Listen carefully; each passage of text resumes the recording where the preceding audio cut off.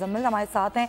मुज़म्मिल, एक तो ये तर्ज़ सियासत जिसका मैं अभी हवाला देके गई, वो जो तर्ज़ सियासत है उसको एक तो हमें देखना होगा, ख़ास तौर पर जो नौजवान हैं वो कितने मायूस हो गए इस सारी सूरत हाल से। खैर आगे बढ़ते हैं और ज़ुल्क़रनैन इकबाल हमें कोर्ट की खबर से ज्वाइन करें। शहरयार आफरीदी और शानदाना गुलजार को कल अदालत में पेश करने का हुक्म दिया गया है। क्या हुआ ये सब कुछ, इस पर बात करेंगे। ज़ुल्क़रनैन बताइएगा क्या सूरत हाल है इसकी। तहरीक इंसाफ के दो रहनुमाएं, एक शानदाना गुलजार जिनको MPO के तहत गिरफ्तार किया गया है, जबकि दूसरा शहरयार आफरीदी जिन्हें 8वीं मरतबा MPO के तहत उनकी गिरफ्तारी अमल में आई है। इन दोनों के हवाले से मुकदमात की आज अलग अलग समाअत हुई जस्टिस बाबर सत्तार की अदालत में, और अदालत ने बरहमी का इजहार किया खासकर शहरयार आफरीदी के मुकदमे में, और कहा कि ये कितनी दफ़ा उनके ये MPO का ऑर्डर हुआ है।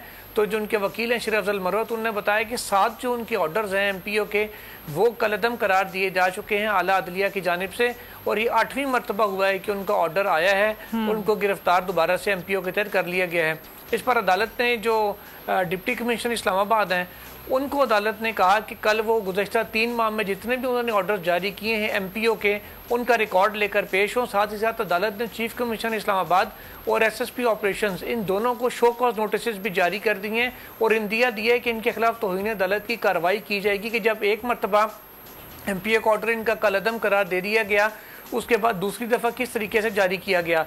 जो सरकारी वकील थे, प्रोसिक्यूटर थे, वो पेश हुए, उन्होंने जो हालिया ऑर्डर पास किया गया था MPO का डिप्टी कमिश्नर की जानिब से, वो पढ़कर सुनाया। तो जस्टिस बाबर सत्तार ने उनसे सवाल किया, इस ऑर्डर में तो कहीं भी मेंशन नहीं है कि कब उन्होंने पब्लिक को प्रोवोक किया है रियासत के खिलाफ जिसकी वजह से नुक्से अमन का खदशा पैदा हो सकता है। उन्होंने शरीफ अफजल मरवत से पूछा कि आपने पंजाब के अलावा KP के भी और इस्लामाबाद के भी MPO ऑर्डर्स का बता दिया, अब लगता है सिर्फ एक बलोचिस्तान ही बचा है जहाँ से शहरयार आफरीदी के MPO के गिरफ्तारी के ऑर्डर अभी तक नहीं आए।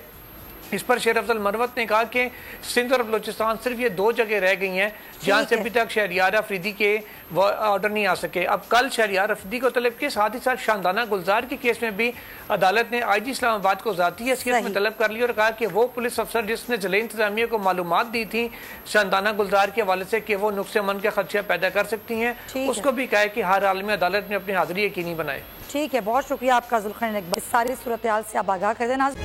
तारीख का अमीन,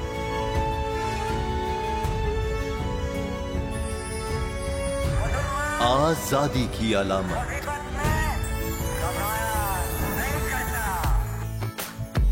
हुस्न का आईनादार, फिक्रो नजरिए की अक्कास, सरफराजी का गवाह, यानी हम सबका निगहबान पाकिस्तान।